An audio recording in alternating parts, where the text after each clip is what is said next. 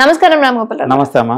Sir, assembly సమావేశాలు జరుగుతున్నాయి present అయితే. బట్ ఎప్పుడైనా సరే అసెంబ్లీ సమావేశాలు జరుగుతున్నాయి అంటే ఖచ్చితంగా వివాదాలు అనేవి కౌంటర్ రీకౌంటర్ అనేది ఖచ్చితంగా జరుగుతుంది.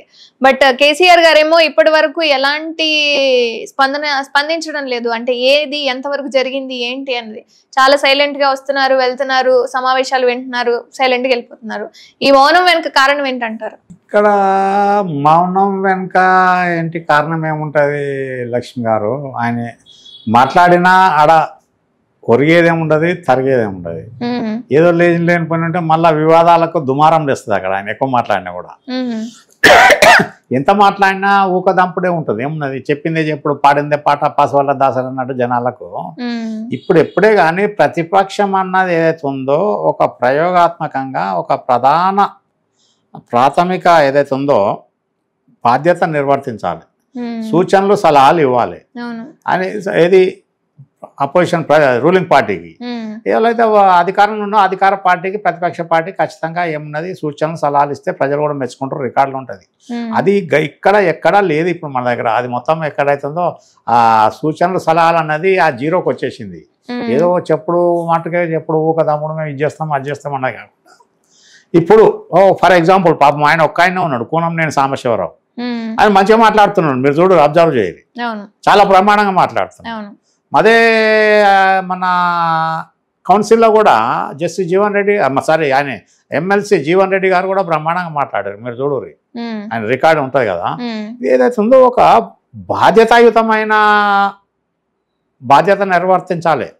ఎమ్మెల్యే అన్నప్పుడు ఎమ్మెల్యే బాధ్యతాయుతమైన బాధ్యత నిర్వర్తించాలి. ఇక్కడ అధికార పార్టీ కూడా ప్రజలు ఏదైతే ఉందో ప్రతి జాగాల్లో రూలింగ్ పార్టీకి వేసిన వాళ్ళు ఉన్నారు, అపోజిషన్కి వేసిన వాళ్ళు ఉన్నారు.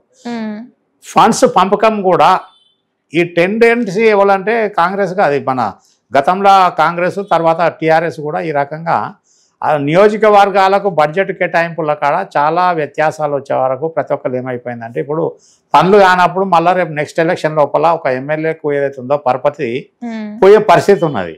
ఏం చేయలేదు, ఉత్తోడు, ఏం చేతగానోడు, దద్దమ్మ ఏం చేసిండు, ఏం చేయలేదు, 5 ఏళ్ళల్లో టైం పాస్ చేసిండు అన్నది ఆ నింద మోసే పరిస్థితికి వచ్చేసారు. ఈ రకంగా నిందలు మోపే పరిస్థితి ఉన్నది. కాబట్టి ఏమున్నదంటే ఇప్పుడు ఒకప్పటి సిచ్యువేషన్ వేరు, ఇప్పుడు ఏదైతే ఉందో బడ్జెట్ లేకపోతే ఏమి చేయలేని పరిస్థితులు ఉన్నారు నియోజకవర్గాలలో. ఖచ్చితంగా కావాలి, వాళ్ళకు కాంట్రాక్టులు కావాలి, వర్కులు కావాలి, కార్యకర్తలను కాపాడుకోవాలి. ఇవన్నీ కాపాడాలంటే ఇప్పుడు అధికారం లేకపోతే ఏదైతే ఉందో ఈ రూమ్లో కదా కరెంట్ లేకపోతే ఎట్లుంటుంది మన పరిస్థితి? ఆ పరిస్థితి అదే గందరగోళం, చీకట్లో ఎక్కడ కనిపించేది. అక్కడ కూడా అధికారం లేకపోతే గెలిచి ఉన్నా కూడా ఆ నియోజకవర్గ శాసనసభ్యునికి ఏమి ఫండ్స్ లేకపోతే మొత్తం వృధాగా ఉండే పరిస్థితి ఉన్నది. ఇది ఈ టెండెన్సీ తేవడానికి ఏదైతే ఉందో ఇది గతంలో కాంగ్రెస్ అదే ధోరణిలో పోయింది, తర్వాత టీఆర్ఎస్ అదే ధోరణిలో పోయింది, టీడీపీ అదే ధోరణిలో పోయింది, తర్వాత ఇప్పుడు మళ్ళీ ఈ కాంగ్రెస్ వచ్చాక కూడా అదే ధోరణిలో ఉన్నాయి. ఎందుకంటే వీళ్ళు గత 2 పర్యాయాలు వీళ్ళు అపోజిషన్ పార్టీని జీరోగా చేశారు, నిర్వీర్యం చేశారు. కేసీఆర్ పాత్ర కేసీఆర్. అది చాలా పెద్ద తప్పు. అపోజిషన్ ఉంటేనే ఎప్పుడే కానీ డి అంటే డి అన్నట్టు ఉంటేనే అదేమన్నా కొద్దిగా అందం చందం ఉంటుంది. అదే అందులో ఇప్పుడు కూరలో ఉప్పు లేకపోతే ఏముంటుంది, మొత్తం సపాటు తిండి అన్నట్టు ఉప్పు లేకుండా చేసేసాను కదా. నీకు without any salt, pepper, spicy లేకపోతే అన్ని ఉంటేనే అది కొద్దిగా మనిషికి రుచిస్తుంది. ఇక్కడ రాజకీయంగా ఏంటంటే మొత్తం జీరో చేసి పడేసింది ఆయన. అట్లా వారు కాదు. ఇప్పుడు ఏం మాట్లాడి ఏం లాభం? ఒకవేళ ఏ విషయం తీసుకున్నా బడ్జెట్ పరంగా కామెంట్ చేద్దామనగానే నువ్వు చేసింది ఏందన్నది అయితే తెలుస్తారు. నువ్వు గతంలో ఏం చేసినావు 10 ఏళ్ళ నుంచి అది దాన్ని మొదలు సమర్థించుకోని చెప్తారు. అది తర్వాత ఉద్యోగాలకు వచ్చే వరకు public service commission paper leakage అయిపోయాయి, ఇంటర్మీడియట్ లో అట్లా అయిపోయాయి, ధరని పెట్టి ఇట్లా అయిపోయాయి, యాక్సిడెంట్ అయితే అట్లా చచ్చిపోయారు జనాలు. ఇవన్నిటి మీద ఆయన మీద 12 ఆరోపణలు ఉన్నాయి. మనము అది ఒక సినిమా ఉన్నది, మీరు చూడరు, దేశోద్ధారకులు అనే సినిమా ఉంటుంది ఎన్టీ రామారావుది. అందులో ఏదైతే ఉందో ఒక వేషం మీద రాళ్ళు రోగుతూ ఉంటారు. అప్పుడు ఎన్టీ రామారావు వచ్చి చెప్తాడు, ఎప్పుడైనా ఇది 70s మూవీ, ఆయన ఏం చెప్తాడు, మనలో పాపం చేయనో లేవలో వాళ్ళే రాయి విసిరాలని చెప్తాడు.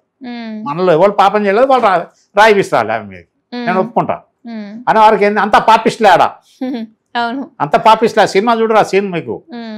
అట్లా ఇప్పుడు మొత్తం కలుషితం అయిపోయింది. రాజకీయం కలుషితమే, పరిపాలన అంతా కలుషితమే, ప్రభుత్వం కలుషితమే, ప్రజలు కూడా కలుషితులు అయిపోయారు.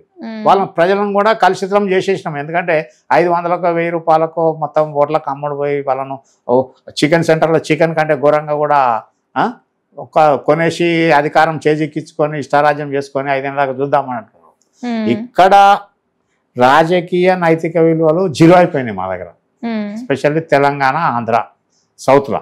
ఇప్పుడు మన ఉదాహరణకి ఇక్కడనే నవీన్ పట్నాయక్ ఉన్నాడు. మొన్న పాపం అన్నేళ్ళు చేసిన 24 ఏళ్ళ 2 నెలలు పరిపాలన చేసినా కూడా ప్రజలు ఆడికైనా 51 వచ్చినాయి ఆయనకు. ఎంపీ కూడా ఒకటి ఇవ్వలేదు. అయినా కూడా ఏమైంది, ఆయన మన ప్రమాణ స్వీకారం చేస్తే కూడా వచ్చిండు ఆయన. అది గొప్పతనము, అది ఉందాతనం అన్నట్టు. మనిషి యొక్క ప్రతిభ అన్నది ఆయన ఉంటుంది. అట్లా ఆ రకంగా ఉండాలి. అటువంటిది ఒక నిర్మాణాత్మకమైన ఏది బాధ్యతలు నిర్వర్తించడం అనేది మర్చిపోయారు ఇక్కడ. ఎంతసేపు అవతలని అపోజిషన్ బ్లేమ్ చేయాలి, బదనాం చేయాలి అన్నది ఒకటి, రూలింగ్ పార్టీ మీద బురద చల్లాలి అని అన్నది. ఇక్కడ రూలింగ్ పార్టీ కూడా ఇక్కడ కాంగ్రెస్ ఏం చేస్తున్నది, 7 నెలలు అయిపోయింది, ఇప్పుడు 8వ నెల, రేపు 9 వస్తే 9 అవుతుంది. రేపు 9వ నెలకు 9వ రాదుకు 9వ రోజుకు 9 నెలలు అవుతుంది. డిసెంబరు ఇవి 7, 8 నెలలు, 8 నెలలు అయిపోతుంది. 8 నెలలు అయిపోతారు రేపు 9వ తారీఖు. 8 నెలల నుంచి కూడా ఇంకా క్యాబినెట్ కంప్లీట్ చేయలే. 12 మంది మంత్రులే ఉన్నారు, ఇంకా 6 మంత్రులను నియమించాలి. పరిపాలన పరంగా ఏంది, ధరణి అని పెట్టారు. ధరణితోనే చాలా మంది ఇబ్బంది పడుతున్నారు. ఎక్కడ ఉన్నది, ఎక్కడ లేదు. కాకపోతే మన బడ్జెట్ పెట్టారు, బడ్జెట్ ఉన్న దాంట్లో పెట్టాల్సింది. అంత కొత్తగా అది లేదు ఇది లేదు సప్పడి తప్ప అన్నది అందరు చెప్తారు. చెప్పుడు అందరికి చెప్పొస్తుంది. అందులో వండిన గిన్నెలో అన్నం ఉంటేనే అందరికి వడ్డీయడానికి వస్తుంది. అందులో లేకపోతే ఏంది, ఖాళీ చెంచా, ఖాళీ గిన్నె, ఖాళీ చెంచా ఎంత తిప్పితే ఏం లాభం, ఏమొస్తుంది, ఏముంటుంది కదా. ఆ విధంగా వీళ్ళు గవర్నమెంట్ కూడా కాంగ్రెస్ ఏం చేయకుండా ఇప్పుడు క్రైమ్ రేట్ కూడా పెరిగిందనే కామెంట్ చేస్తున్నారు చాలా మటుకు. అది అటువంటి ఇది కొన్ని ల్యాండ్ ఆర్డర్ సిచ్యువేషను, కొందరికి పవర్స్ ఇచ్చేసి అది చేయాలి. ఇక్కడ ఏం లేదు, ధరణి అన్నది అక్కడనే పోయింది. రెవెన్యూ మెయింటెనెన్స్ అనేది లేదు, రెవెన్యూ రికార్డ్ అని లేదు, డిస్పోజల్ ఏ రకంగా చేయాలి, కేసుల పరిష్కారం అన్న దాని మీద మిగతా 28 రాష్ట్రాలలో ఏ రకంగా ఉన్నదనే దాని మీద కమిటీ చేసిరు. ఎన్ని చేసినా ఏమున్నది, దాన్ని తీసుకొచ్చింది అది ఈ అసెంబ్లీలో బిల్లు పెట్టాలి, 6 చట్టం పెట్టిరా లేదు. ఏదో ప్రజలలో పోతున్నాం అది దాన్ని కూడా వీళ్ళు పట్టుకొని పాకులాడే పరిస్థితి చేయకూడదు.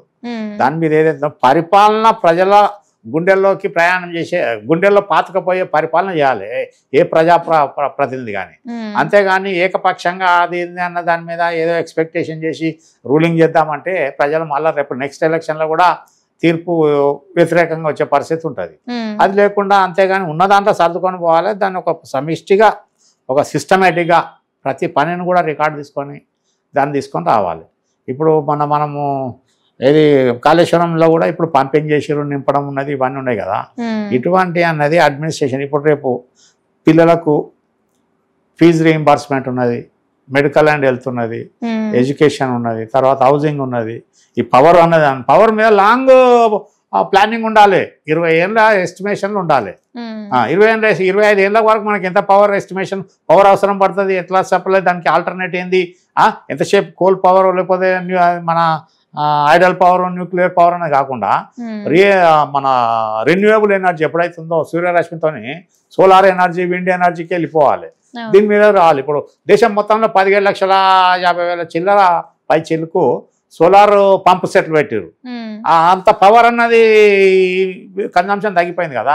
అదే తెలంగాణలో ఎక్కడ పెట్టారు, ఎక్కడ లేదు, ఫ్రీ పవర్ వస్తుంది కదా, ఫ్రీ అని చెప్పేసి ఉన్నారు. ఇటువంటి అన్నది ఏదైతే ఉందో ఒక సిస్టమేటిక్ మోడర్న్ ఫ్యూచర్ థింకింగ్లా ప్లానింగ్ డిపార్ట్మెంట్లా ఎస్టిమేషన్ వేసి ఏం చేయాలి, ప్రజలకు ఏం కావాలన్న దాని మీద అది లేదు. మాస్టర్ ప్లాన్ 2047 ఏదో అనుకొని దాని ప్రకారం పోదాం 2050 కానీ అనుకుంటారు. ఇప్పుడు మీకు చెప్తా చూడు, లైవ్ ఎగ్జాంపుల్ సింగపూర్. ఇలా సింగపూర్ పాస్పోర్ట్ ఇలా ప్రపంచంలో నెంబర్ 1 పొజిషన్. 194 దేశాలు వాడు వీసా లేకుండా సింగపూర్ సిటిజన్. ఇవాళ ఎంత స్ట్రాంగ్ అయిపోయింది. అమెరికా కూడా 3rd, 4th, 5th వెళ్ళిపోయింది. అట్లా వాళ్ళ లైఫ్ స్టైల్ అడ్మినిస్ట్రేషన్ ఎందుకున్నది. వాళ్ళు ఎయిర్పోర్ట్, సింగపూర్ ఎయిర్పోర్ట్ కట్టారు తెలుసా మీకు, చెంగి ఎయిర్పోర్ట్. చెంగి అంటే ఒక చెట్టు పేరు. అక్కడ ఇక్కడ ఎల్లయ్య, పుల్లయ్య, లీడర్ల పేరు లేదు, చెంగి ఎయిర్పోర్ట్. ఆ ఎయిర్పోర్ట్లో వాళ్ళు 2050 ఎయిర్ ట్రాఫిక్ కంట్రోల్ ఎస్టిమేషన్లో 2050 వరకు ఎన్ని ఫ్లైట్లు వస్తాయి, ఎంత పెరుగుతుంది అన్న ఉద్దేశంలో టెర్మినల్ 1, టెర్మినల్ 2, టెర్మినల్ 3 3 టెర్మినల్ల పైన స్కై ట్రైన్ ఉంటుంది. నేను చెప్పేది 95% చెప్తున్నా. ఇంక ఇప్పుడు ఎట్లున్నారు 50s లో ఇప్పుడు ఇప్పుడు 1995లో ఆ లెవెల్లో వాళ్ళు 2050కి ఎస్టిమేషన్లో కట్టారు. అది అది థింకింగ్ అంటారు. ఇవాళ సింగపూర్లో డ్రింకింగ్ వాటర్ లేకపోతే డ్రైనేజ్ వాటర్ని కన్వర్షన్ చేసుకొని తాగుతున్నారు వాళ్ళు. విన్నారా? ఇజ్రాయెల్లో కూడా అదే సిచ్యువేషన్ ఉన్నది. ఇది ఒక ప్లానింగ్ అన్నది రీసెర్చ్ అన్న దాని మీద ఉండాలి. ఇక్కడ మనం చూడరు ఇప్పుడు ఎంత రియల్ హీరోల కంటే రియల్ హీరోస్కు ఇప్పుడు క్రికెట్ ప్లేయర్స్ స్టార్ ప్లేయర్స్ అంటే ఏం స్టార్ అన్నది ప్రతి ఒక్కరికి ప్రైవేట్ జెట్ ఉన్నది. వాడు ఎవరికి ఆయనకు ఎవరు మన అనుష్క శర్మ, విరాట్ కోహ్లీకి ప్రైవేట్ జట్టు, కపిల్ దేవ్కి ప్రైవేట్ జట్టు, సచిన్కి ప్రైవేట్ జట్టు, హార్దిక్ పాండ్యా కూడా ప్రైవేట్ జట్టు, ధోనికి ప్రైవేట్ జట్టు. వీళ్ళందరూ ప్రైవేట్ జట్లు అంత గొప్ప పని ఏం చేశారు వీళ్ళు? ప్రజల సొమ్ముతోనే డబ్బులు దండుకొని యాడ్లతో దాంతోనే కదా. నువ్వు ఒక రీసెర్చ్ చేసానికి ఇచ్చినావా, ఒక ఇన్వెంటర్కి ఇచ్చినావా, ఎవరికి ఇచ్చినావు? వాళ్ళు అనే పోతారు. వీళ్ళు స్టారు. ఈ సినిమా హీరోలు అందరికి కూడా ఉన్నాయి కదా ఇప్పుడు ప్రైవేట్ జట్లు. హీరోయిన్లకు నయనతార కూడా ఉన్నది. ఇటువంటి వాళ్ళు వీళ్ళ డబ్బులు ఎక్కడి? ప్రజల మీద వచ్చిన డబ్బులే కదా. ప్రజలు గ్రహించరు. ఓహో ఆహో అని ఎగిరి గంతులు ఇస్తారు. అది ఉండదు. యాక్చువల్గా రియల్ హీరోస్ ఎవరు దాని ప్రకారం మనము గవర్నమెంట్ ఉండాలి. కాకపోతే ఒక సమర్థవంతమైన భవిష్యత్తు ఉన్నోళ్ళు. స్వామి వివేకానంద ఏం చెప్పిండు? ఆశయం ఉన్నవానికి అధికారం ఇస్తే అభివృద్ధి చేస్తాడు, ఆశపడ్డవానికి వస్తే అంత దోసుక తింటాడు అని చెప్పిండు.